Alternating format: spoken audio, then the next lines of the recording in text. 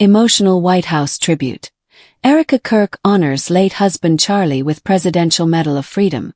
In a poignant ceremony held in the White House Rose Garden on October 14, 2025, what would have been his 32nd birthday, Erika Kirk accepted the Presidential Medal of Freedom on behalf of her late husband, Charlie Kirk, a fiery conservative activist whose life was tragically cut short just over a month earlier.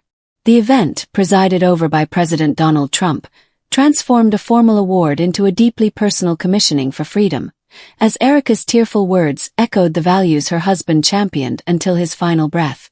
Charlie Kirk, the 31-year-old founder of Turning Point USA, was gunned down on September 10, 2025, during a campus event at a Utah university. His death sent shockwaves through conservative circles, prompting widespread mourning and sharp rebukes from political leaders, including Trump's vow to crack down on the radical left. Yet amid the grief, the Rose Garden gathering stood as a testament to Kirk's enduring legacy. A relentless pursuit of liberty, rooted in faith, truth, and unyielding courage. A life defined by freedom. Erika Kirk, her voice steady but laced with emotion, began her tribute by thanking President Trump, the First Lady, and Vice President for the profound honor. "Thank you, Mr. President, for honoring my husband in such a profound way," she said. "Charlie always admired your commitment to freedom."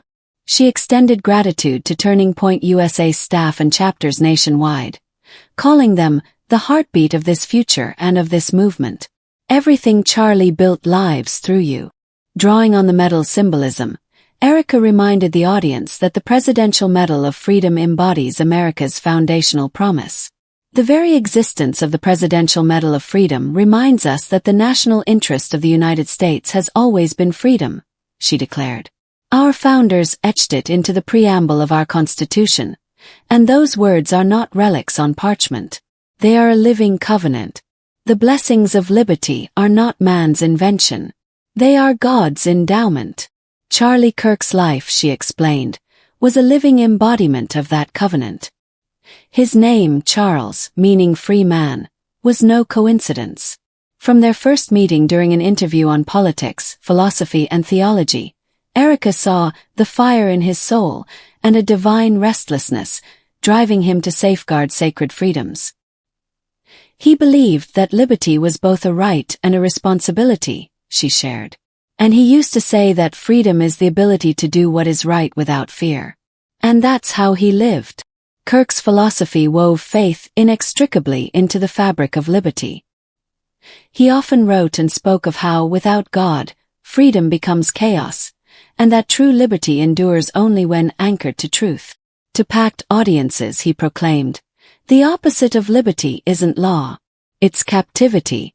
And the freest people in the world are those whose hearts belong to Christ." Through Turning Point USA, which he founded as a college student, Kirk didn't just build an organization. He ignited a movement. It called young people back to God, truth, and courage, urging them to view freedom not as selfish indulgence but as self-governance under God.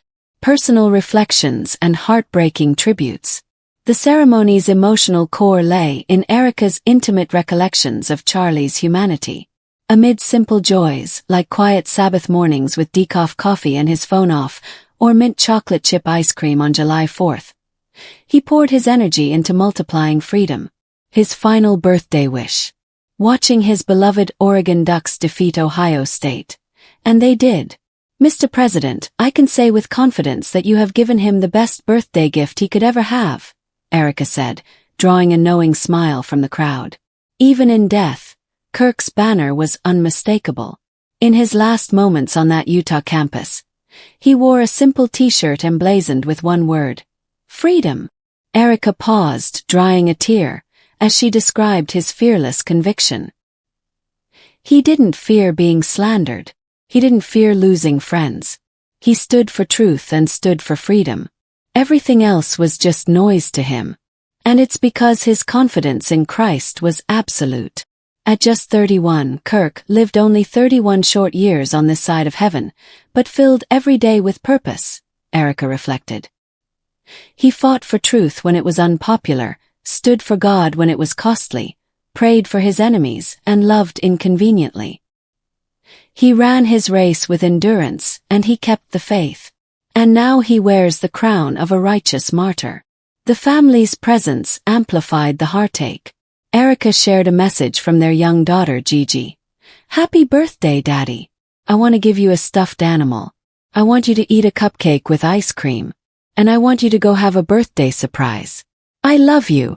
Their son, at 16 months, offered his own milestone, becoming fully potty trained to step up as the man of the house. Through tears, Erika confessed, "I know that you're celebrating in heaven today, but gosh, I miss you. We miss you and we love you. And we promise we'll make you proud." Commissioning for the future. Erika transformed the tribute into a rallying cry, insisting it was not a ceremony. This is a commissioning. She urged the audience and viewers worldwide to embody the medal. "I want you to free yourself from fear. I want you to stand courageously in the truth. And remember that while freedom is inherited in this country, each of us must be intentional stewards of it." Charlie's life, she concluded, proved that freedom is not a theory. It's a testimony.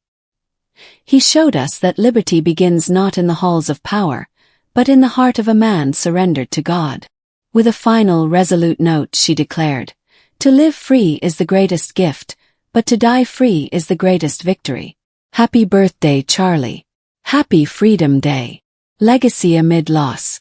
As the Rose Garden ceremony concluded, the weight of Kirk's absence mingled with the fire of his influence. Colleagues and close friends have praised Erika's resilience in the face of unimaginable loss, while pastors and Turning Point USA leaders hail Charlie's patriotism as a beacon for the next generation. In a divided political landscape, his story serves as both elegy and exhortation, a reminder that true freedom demands divine anchoring, courageous stewardship, and unwavering faith for those touched by Kirk's work. The message is clear. His movement endures. As Erika put it, heaven gained, a free man made fully free, but earth is left to carry the torch.